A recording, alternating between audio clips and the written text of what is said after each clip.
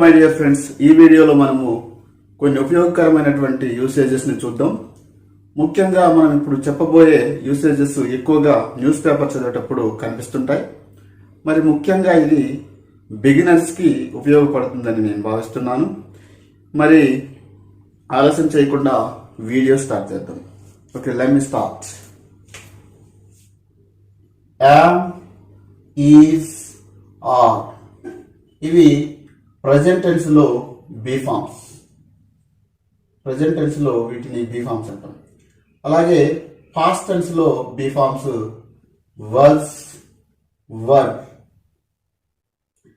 అలాగే present perfect tense లో మనకు మోడల్స్ హ్యావ్, హ్యాస్. తర్వాత హ్యాడ్ అనేది past tense, past perfect tense అన్నమాట.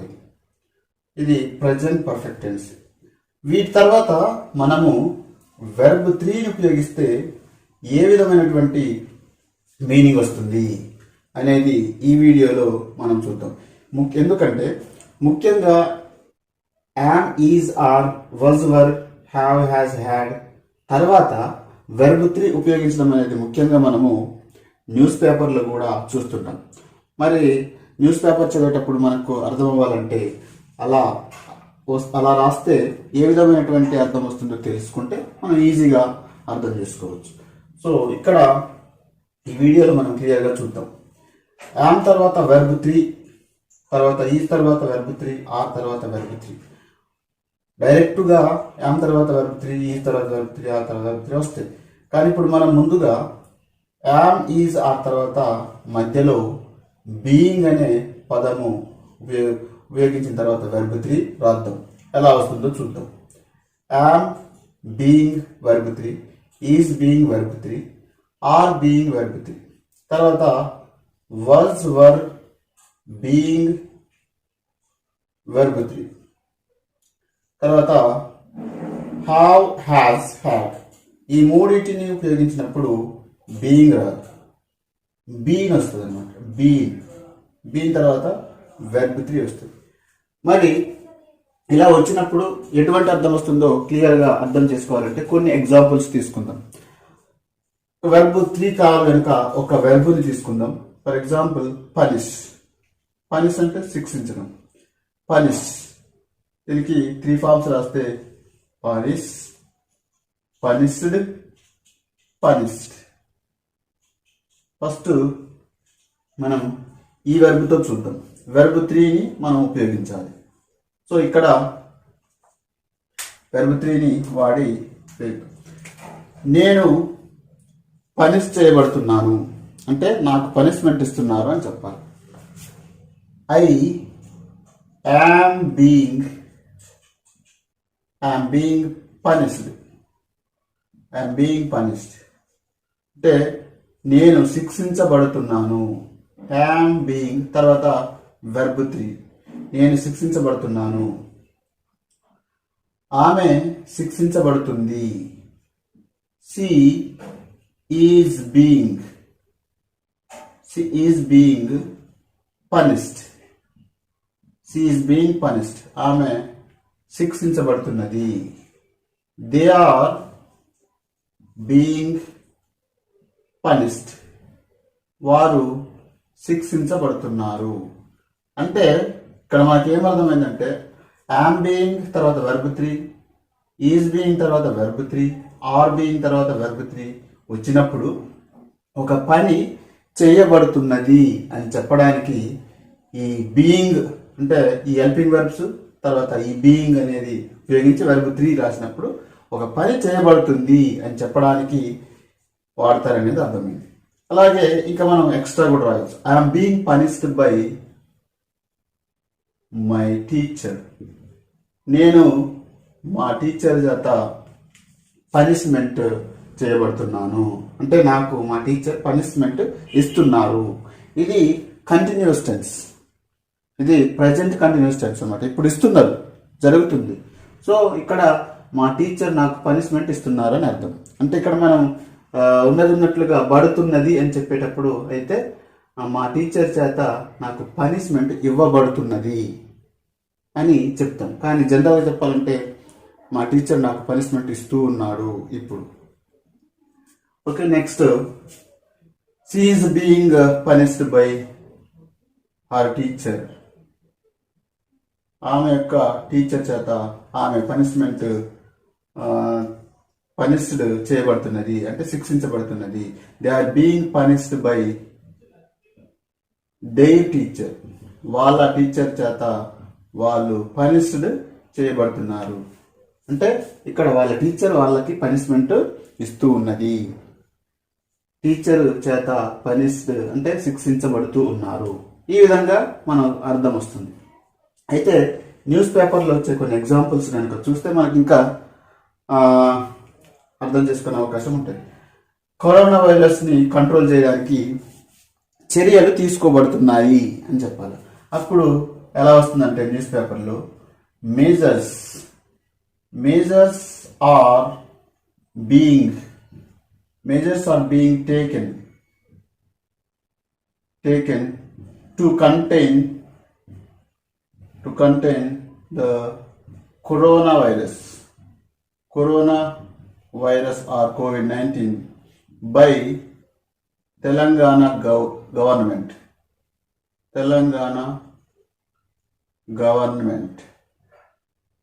చూడండి, ఇక్కడ మేజర్స్ అంటే చర్యలు, ఆర్ బీయింగ్ అంటే బడుతున్నాయి. ఏం బడుతున్నాయి అంటే ఇక్కడ వెర్బ్ని బట్టి అది బడుతుంది అని. టేకెన్ అంటే తీసుకోబడుతున్నాయి. ఏం తీసుకోబడుతున్నాయి అంటే చర్యలు తీసుకోబడుతున్నాయి. To contain the corona virus. Contain అంటే అదుపు చేయడం. టు కంటైన్ అదుపు. కరోనా వైరస్ని అదుపు చేయడానికి ఇక్కడ తెలంగాణ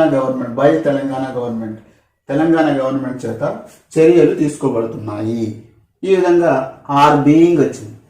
ఆర్ బీయింగ్ వచ్చినప్పుడు ఆ పని జరుగుతూ ఉంది అంటే చేయబడుతుంది. అంటే చెప్పేటోళ్ళు చేయట్లేదు, వాళ్ళు చేస్తున్నారు కాబట్టి వాళ్ళ చేత చేయబడుతున్నది అని ఇక్కడ మనకు అర్థమవుతుంది. ఇంకా కొన్ని ఎగ్జాంపుల్స్ చూద్దాం. తెలంగాణ స్టేట్లో ప్రజల యొక్క అకౌంట్లలో డబ్బులు వేయబడుతున్నాయి అంటే కంటిన్యూ అవుతుంది. మొన్న నుండి స్టార్ట్ చేశారు, ఇంకా వేయబడుతున్నాయి. అప్పుడు మనం ఎలా చెప్తామంటే మనీ ఈజ్ బీయింగ్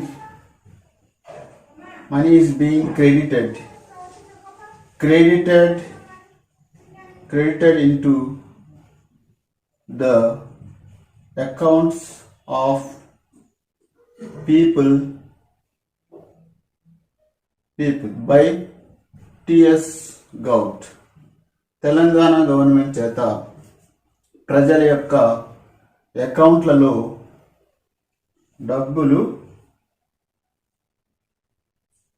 డబ్బు క్రెడిట్ చేయబడుతున్నది.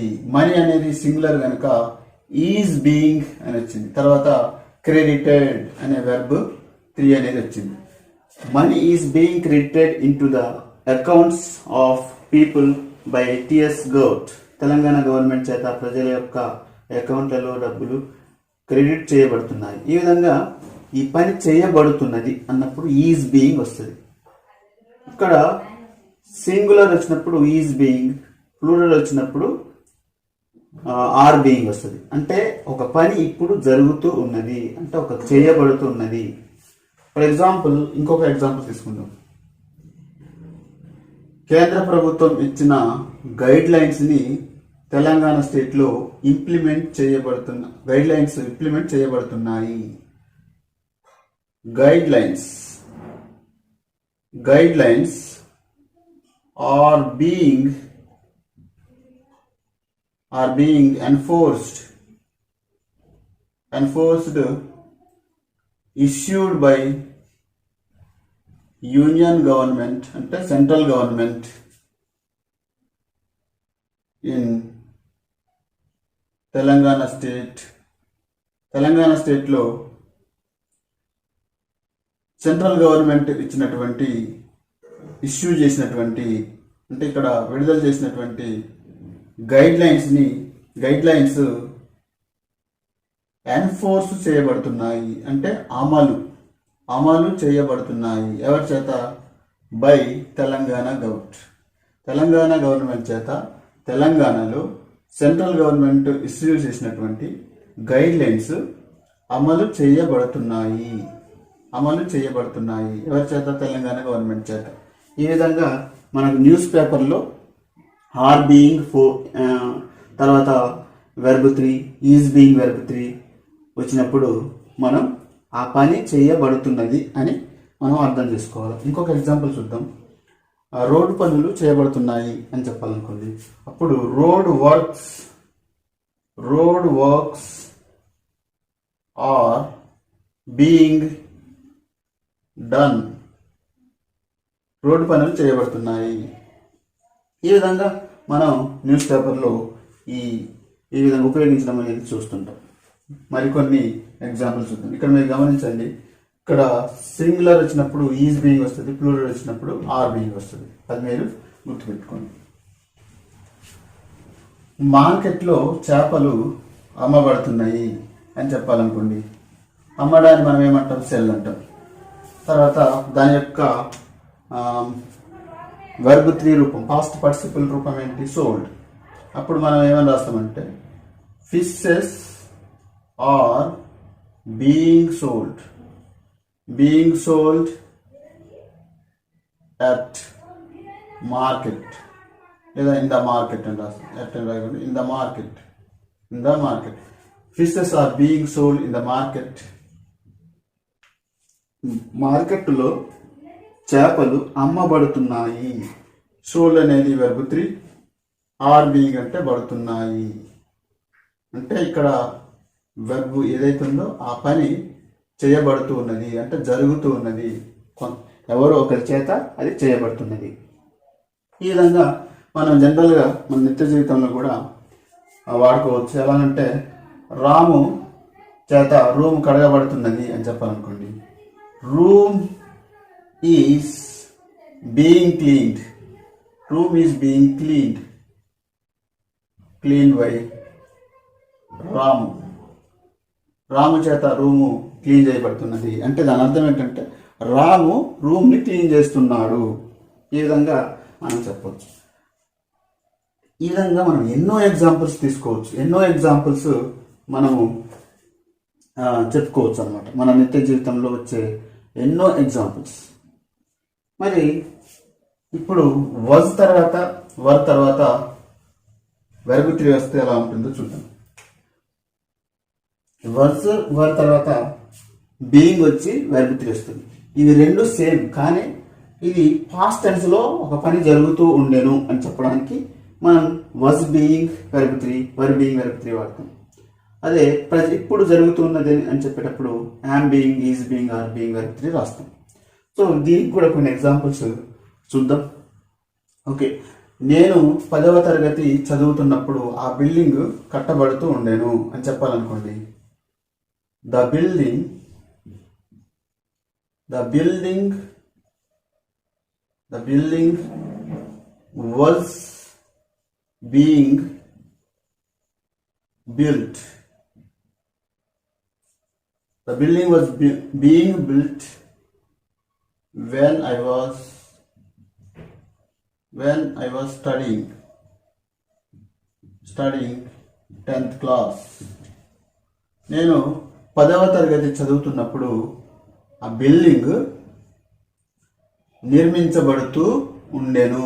ఇది కూడా బడుతూనే, కాకపోతే గతంలో పాస్ట్ టెన్స్ వచ్చింది. ఇది కూడా కంటిన్యూస్ టెన్స్, కానీ పాస్ట్ కంటిన్యూస్ టెన్స్ అన్నమాట. వాజ్ బీయింగ్ తర్వాత వెర్బ్ 3, బిల్డింగ్ నిర్మించబడుతూ ఉండేను. ఎవరి చేత అని చెప్పాలనుకుంటే బై ఏ బిల్డర్. ఒక బిల్డర్ చేత ఆ బిల్డింగ్ నేను 10వ తరగతి చదువుతున్నప్పుడు నిర్మించబడుతూ ఉండేను అని మనం చెప్పవచ్చు. అలా కాకుండా ఇక్కడ వాజ్ బీయింగ్ వచ్చింది. వర్ బీయింగ్ రావాలంటే ఇక్కడ ఫ్యూచర్, ఇక్కడ ప్లూరల్ అంటే వర్ బీయింగ్ వస్తుంది. ఫర్ ఎగ్జాంపుల్ ద రాదప్పుడు. Buildings were being built when I was studying 10th class by builder. నేను 10th క్లాస్ చదివేటప్పుడు ఒక బిల్డర్ చేత ఆ బిల్డింగ్స్ నిర్మించబడుతూ ఉండేను. ఇది ఈ విధంగా am being verb 3, is being verb 3, are being verb 3, అలాగే was being verb 3, were being verb 3 ఉపయోగించవచ్చు.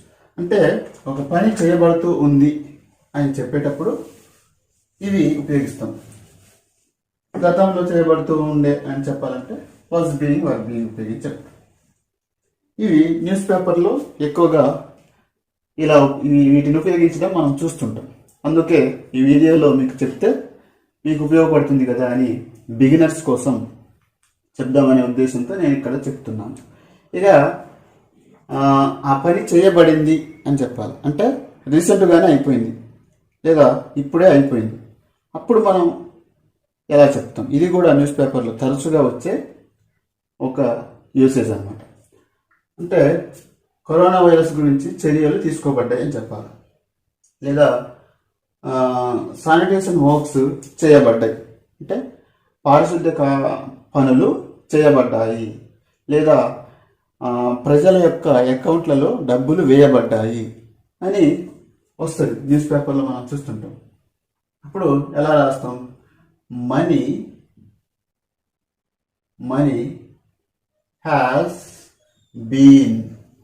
ఇక్కడ ఏం లేదు, బీయింగ్ వచ్చినప్పుడు ఆ పని జరుగుతుందని, చేయబడుతుందని, తర్వాత హ్యావ్, హ్యాజ్, హ్యాడ్ తర్వాత బీన్ వస్తే చేయబడింది అని, అంటే అయిపోయింది, ప్రజెంట్ టెన్స్లో అయిపోయింది. Money has been credited, money has been credited into the accounts of people by TS govt. Telangana government చేత ప్రజల యొక్క అకౌంట్లలో డబ్బులు క్రెడిట్ చేయబడ్డాయి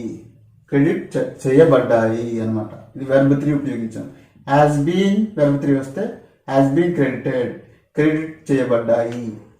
లేదా ఒక అంబులెన్స్ అటాక్ చేయబడింది అని చెప్పాలి. మొన్న ఏదో స్టేట్లో ఒక అంబులెన్స్ని అటాక్ చేశారు ఈ రీసెంట్గా.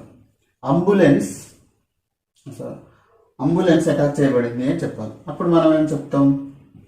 అంబులెన్స్ హ్యాస్ బీన్ అటాక్డ్ అంటే అంబులెన్స్ అటాక్ చేయబడింది అని చెప్తాం. వాళ్ళు ఎవరు చెప్తే వాళ్ళ బై సమ్వన్, ఎవరో ఒకరి చేత అటాక్ చేయబడింది అని అంటాం. లేదా కొంతమంది చేత, సమ్ పీపుల్ కొంతమంది చేత అటాక్ చేయబడింది అని చెప్పవచ్చు. లేదా ఇంకా మనం నిత్య జీవితంలో చాలా ఎగ్జాంపుల్స్ తీసుకోవచ్చు. అక్కడ కూరగాయలు అమ్మారు అని చెప్పాలి. ఇప్పుడు vegetables have been sold there. ఇక్కడ మనీ అనేది సింగులర్ కాబట్టి యాజ్ బీన్ వచ్చింది, అంబులెన్స్ అనేది సింగులర్ కాబట్టి యాజ్ బీన్ వచ్చింది. అలా కాకుండా ఇక్కడ ప్లూరల్ వస్తే ఎలా వస్తుందో చూద్దాం. శానిటేషన్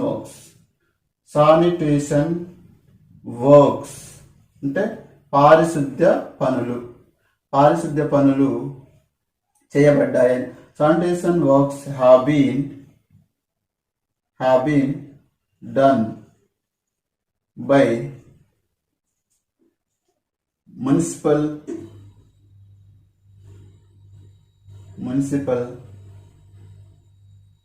commissioner లేదా మున్సిపల్ వర్కర్స్ చేత పారిశుద్ధ్య పనులు చేయబడ్డాయి అంటే పారిశుద్ధ్య పనులు చేశారు. ఈ విధంగా హ్యావ్ బీన్ వచ్చింది ఎందుకంటే వర్క్స్ అనేవి ప్లూరల్ కనుక. ఇక్కడ చూద్దాం, గైడ్ లైన్స్ ఇంప్లిమెంట్ చేయబడ్డాయి. అప్పుడు guidelines have been enforced లేదా implemented. Guidelines have been implemented by Telangana government చేత గైడ్ లైన్స్ ఇంప్లిమెంట్ చేయబడినాయి. ఇంకా క్లియర్గా పూర్తిగా guidelines have been implemented issued by central government by TS government. అంటే Telangana central government చేత ఇష్యూ చేయబడిన guidelines Telangana ప్రభుత్వం చేత ఇంప్లిమెంట్ చేయబడినాయి అని మనం has been verb 3, have been verb 3 ఉపయోగించి మనం చెప్పచ్చు. ఈ మధ్యనే కేసులు కరోనా వైరస్ కేసులు వచ్చినప్పుడు రిపోర్ట్ చేస్తారు. ఈరోజు 5 కేసులు రిపోర్టు చేయబడ్డాయని చెప్పాలనుకోండి. అప్పుడు మనం ఏమని చెప్పచ్చు? Today 2 corona virus cases have been reported by a reporter. ఒక రిపోర్టర్ చేత ఈరోజు 2 కరోనా వైరస్ కేసులు రిపోర్ట్ చేయబడ్డాయి. ఎవరికి చేయబడ్డాయి? టు హెల్త్ మినిస్టర్కి ఒక రిపోర్టర్ చేత 2 కరోనా వైరస్ కేసులు రిపోర్ట్ చేయబడినాయి. హ్యావ్ బీన్ రిపోర్టెడ్ అనేది వెర్బ్ 3. ఇక్కడ కేసెస్ అనే ప్లూరల్ వచ్చింది కనుక హ్యావ్ బీన్ వచ్చింది. అలా కాకుండా 1 కరోనా వైరస్ కేస్, 1 COVID-19 ఇలా కూడా అనొచ్చు. COVID-19 case has been reported today. ఈరోజు ఒక కరోనా వైరస్ కేసు రిపోర్ట్ చేయబడింది. Has been reported. అంటే ఇక్కడ కేసు అనేది ఒకటే కాబట్టి మనం హ్యాస్ బీన్ అని రాసినాం. ఈ విధంగా ఇది ఎక్కువగా వస్తుంటుంది న్యూస్ పేపర్లో. ఈ విధంగా రాయడం have been verb 3, has been verb 3 ఎక్కువగా వస్తుంటుంది. అంటే ఒక పని చేయబడింది అంటే అది ప్రస్తుతము అయిపోయింది అనమాట. లేదా నెల క్రితం అయిపోయినా కూడా దాని రిజల్ట్ ఇంకా ఉంటే ఇప్పుడు కూడా మనం అప్పుడు అయిపోయినా కూడా ఇప్పుడు కూడా దీన్ని ఉపయోగించి చెప్తాం అనమాట. So has been created, has been verb 3, have been verb 3 ఉపయోగించి ఇలా చెప్పొచ్చు. న్యూస్ పేపర్ చదివేటప్పుడు మనం అర్థం చేసుకోవచ్చు, మనం కూడా వాడుకోవచ్చు. ఓకే, ఇది ఫ్రెండ్స్. ఇంకా కొన్ని విషయాలు డిస్కస్ చేద్దాం. తర్వాత am is are. Am is are తర్వాత మధ్యలో బీన్ లేకుండా డైరెక్ట్గా వెర్బ్ 3 వస్తుందా అనేది చూద్దాం. వస్తుంది. యామ్ ఈజ్ ఆర్ వీటి తర్వాత డైరెక్ట్గా వెర్బ్ 3 కూడా వస్తుంది. అంటే ఇక్కడ బీయింగ్ లేకుండా వెర్బ్ 3 వస్తుందా రాదా అనేది చూద్దాం. వస్తుందని మనం చెప్పుకోవాలి. ఎందుకంటే ఇక్కడ ఎలా వస్తుందో దాని అర్థం ఇలా డైరెక్ట్గా వస్తుంది. దాని అర్థం ఏంటో చూద్దాం. వర్ తర్వాత కూడా డైరెక్ట్గా వెర్బ్ 3 అనేది వస్తుంది. కొన్ని ఎగ్జాంపుల్స్ చూద్దాం.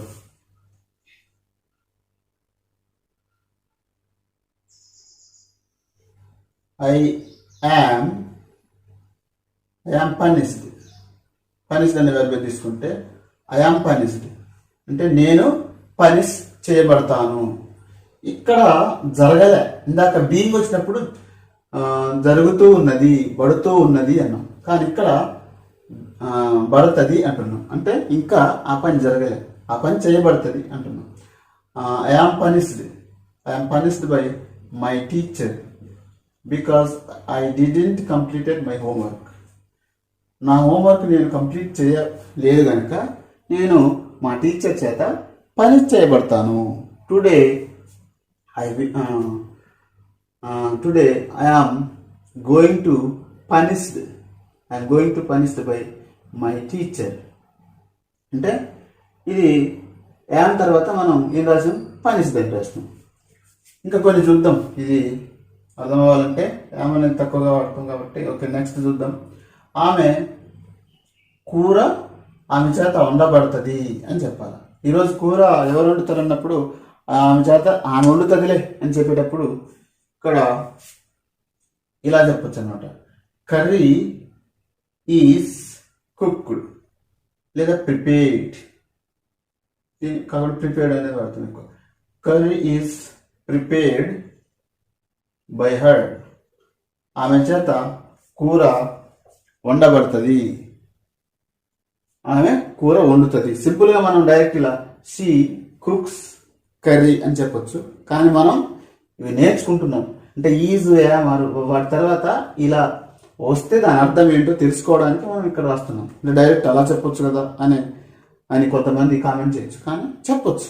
కానీ మనం ఇలా వస్తే దాని అర్థం ఎలా ఉంటుంది అనేది మనం చూస్తున్నాం అన్నమాట. Curry is cooked by her, ఆమె చేత కూర వండబడుతుంది. టుడే, ఈరోజు ఆమె చేత కూర వండబడుతుంది. బట్టలు వాళ్ళు ఉతుకుతారు, దాన్నే బట్టలు వాళ్ళ చేత ఉతకబడతాయి అని చెప్పాలి. Clothes are washed, clothes are washed by them today, ఈరోజు వాళ్ళ చేత బట్టలు ఉతకబడతాయి. ఆ తర్వాత డైరెక్ట్గా V3 రాసింది. Clothes are washed by them, బట్టలు ఉతకబడతాయి, వాళ్ళ చేత ఉతకబడతాయి. ఇక్కడ కూరగాయలు అమ్మబడతాయి. వెజిటేబుల్స్ ఆర్ సోల్డ్ హియర్, ఇక్కడ కూరగాయలు అమ్మబడతాయి. ఇక్కడ పెన్నులు పాలు అమ్మబడుతుంది. మిల్క్ ఈజ్ సోల్డ్ హియర్, ఇక్కడ మిల్క్ అమ్మబడును. హియర్ హనీ ఈజ్ సోల్డ్ లేదా కొనబడును అని చెప్పాలి. అప్పుడు బాట్, బై కదా కొనడం, బాట్ అని చెప్పాలి. ఇక్కడ హనీ ఈజ్ బాట్ హియర్, ఇక్కడ తేనె కొనబడును.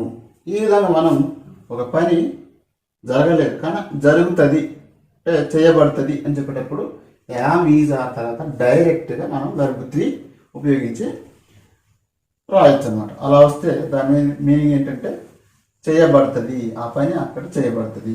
అలా కాకుండా వాజ్ వచ్చింది అనుకుందాం. క్లోత్స్ వర్, ఇక్కడ వర్ ఎందుకు రాసిందంటే క్లోత్స్ అనేవి ప్లూరల్ కనుక. Clothes were washed by my mother, మా అమ్మ చేత బట్టలు ఉతకబడ్డాయి. ఇక్కడ కూడా పడడమే కానీ ఆల్రెడీ పడ్డాయి. ఇందాక మనం ఏమన్నాం, పడతాయి అన్నాం. క్లోత్స్ ఇక్కడ ఆర్ రాసాం అనుకోండి. For example clothes are washed by my mother అంటే పడతాయి అని అర్థం, అంటే ఉతకబడతాయి, ఇంక ఉతకలే. అది సింపుల్ ప్రజెంట్ టెన్స్ అని అర్థమవుతుంది ఆర్ రాస్తే. ఇది సింపుల్ పాస్ట్ టెన్స్, ఆల్రెడీ ఉతికేసింది అనమాట. అమ్మ బట్టలు ఉతికేసింది అని చెప్పాలంటే clothes were washed by my mother, బట్టలు మా అమ్మ చేత ఉతకబడ్డాయి అని చెప్తున్నాం అనమాట. అలా కాకుండా రూము క్లీన్ చేయబడింది. Room was cleaned by my friend, మా ఫ్రెండ్ చేత రూము క్లీన్ చేయబడింది. అది దాన్ని సింపుల్గా చెప్పాలంటే మా ఫ్రెండ్ రూమ్ని క్లీన్ చేశాడు అని అర్థం. అంటే వాజ్ క్లీన్డ్, వర్ క్లీన్డ్ లేదా వర్ వాష్డ్ ఇలా వచ్చినప్పుడు, అంటే వర్ తర్వాత verb 3 వచ్చినప్పుడు ఆ పని చేయబడింది. అదే యామ్ ఈజ్ ఆర్ తర్వాత డైరెక్ట్గా verb 3 వస్తే ఆ పని చేయబడుతుంది. అలా కాకుండా యామ్ ఈజ్ ఆర్ తర్వాత బీయింగ్ వచ్చి verb 3 వస్తే చేయబడుతున్నది అని అర్థం. మరి చివరిగా టోటల్గా మనం ఇప్పటివరకు నేర్చుకున్న సమ్మరీ నేను ఇక్కడ అంటే టోటల్ ఓవరాల్గా చూద్దాం. యామ్ ఈజ్ ఆర్ వచ్చిన తర్వాత verb 3 వస్తే పని చేయబడుతుంది అని అర్థం. ఓకే, తర్వాత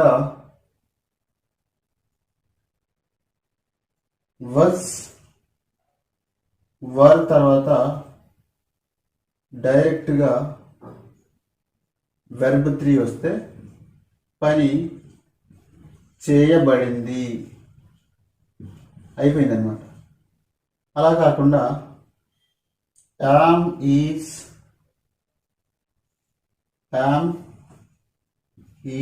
ఆర్ వీటి తర్వాత బీయింగ్ వచ్చిన తర్వాత వెర్బ్ 3 వస్తే పని చేయబడుతున్నది.